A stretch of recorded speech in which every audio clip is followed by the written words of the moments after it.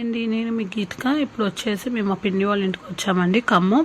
అక్కడ వెంకటేశ్వర స్వామి గుడి చాలా ఫేమస్ అనమాట. ఆ గుడి అయితే మీకు ఇప్పుడు చూపిస్తున్నా. ఇలా లోపలికి వచ్చినాక విష్ణుమూర్తి ఉంటారండి. ఇప్పుడు వచ్చేసి టెంపుల్లోకి వెళ్దాము. ఎంటర్ అయ్యే ముందు ఇక్కడ దండం పెట్టుకొని లోపలికి వెళ్తే కనుక వెంకటేశ్వర స్వామి డైరెక్ట్ ఉంటుందండి టెంపుల్లోకి ఎంట్రన్స్. ఇప్పుడు నేను చుట్టూరు చూపిస్తూ డైరెక్ట్ పక్కన ఉన్న గుళ్ళు అయితే చూపిస్తున్నా.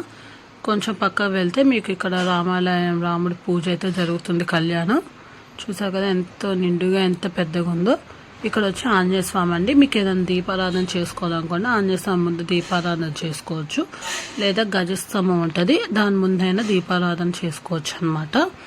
ఇలా కొంచెం ముందుకు వెళ్ళి ప్రదర్శన చేసుకుంటూ వస్తుంటే మీకు లెఫ్ట్ సైడ్లో ముడుపులు కనిపిస్తాయండి. ఇదేంటంటే మీరు ఏదైనా కోరుకుంటే తీర్చుకోవచ్చు ముడుపు కట్టుకొని. ఇది చాలా ఫేమస్ అనమాట. ఇక కోరికలు తీరితే మళ్ళీ వచ్చి దర్శనం చేసుకోవచ్చు అనమాట. పక్కన వచ్చి టెంపుల్లో చెట్టు ఉంటుందండి. ఇలా లోపలికి వెళ్తే ఆంజనేయ స్వామి చూసారు ఎంత పెద్ద స్టోన్. ఆ రాయి మీద దేవుడు వెలిసాడనమాట ఆంజనేయ స్వామి. ఇలా పక్కనే వెంకటేశ్వర స్వామి అనమాట.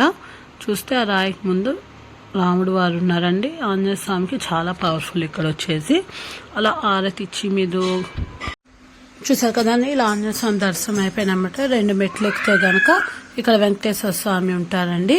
ఇది కూడా దర్శనం చేసేసుకోండి. ఇలాగా కొంచెం బయటకు వచ్చారని ఖాళీ ప్లేస్ లో నాగమ్మ తల్లి ఉంటుందండి, దర్శనం చేసుకోండి. ఇది టెంపుల్ వచ్చేసి మెయిన్ ఖమ్మంలో ఖానాపురం ఉంటుంది కదండి, అక్కడ ఆర్చి ఉంటుంది రోడ్ మీద, అక్కడే గుడి అయితే ఉంటుంది లోపలికి వెళ్తే.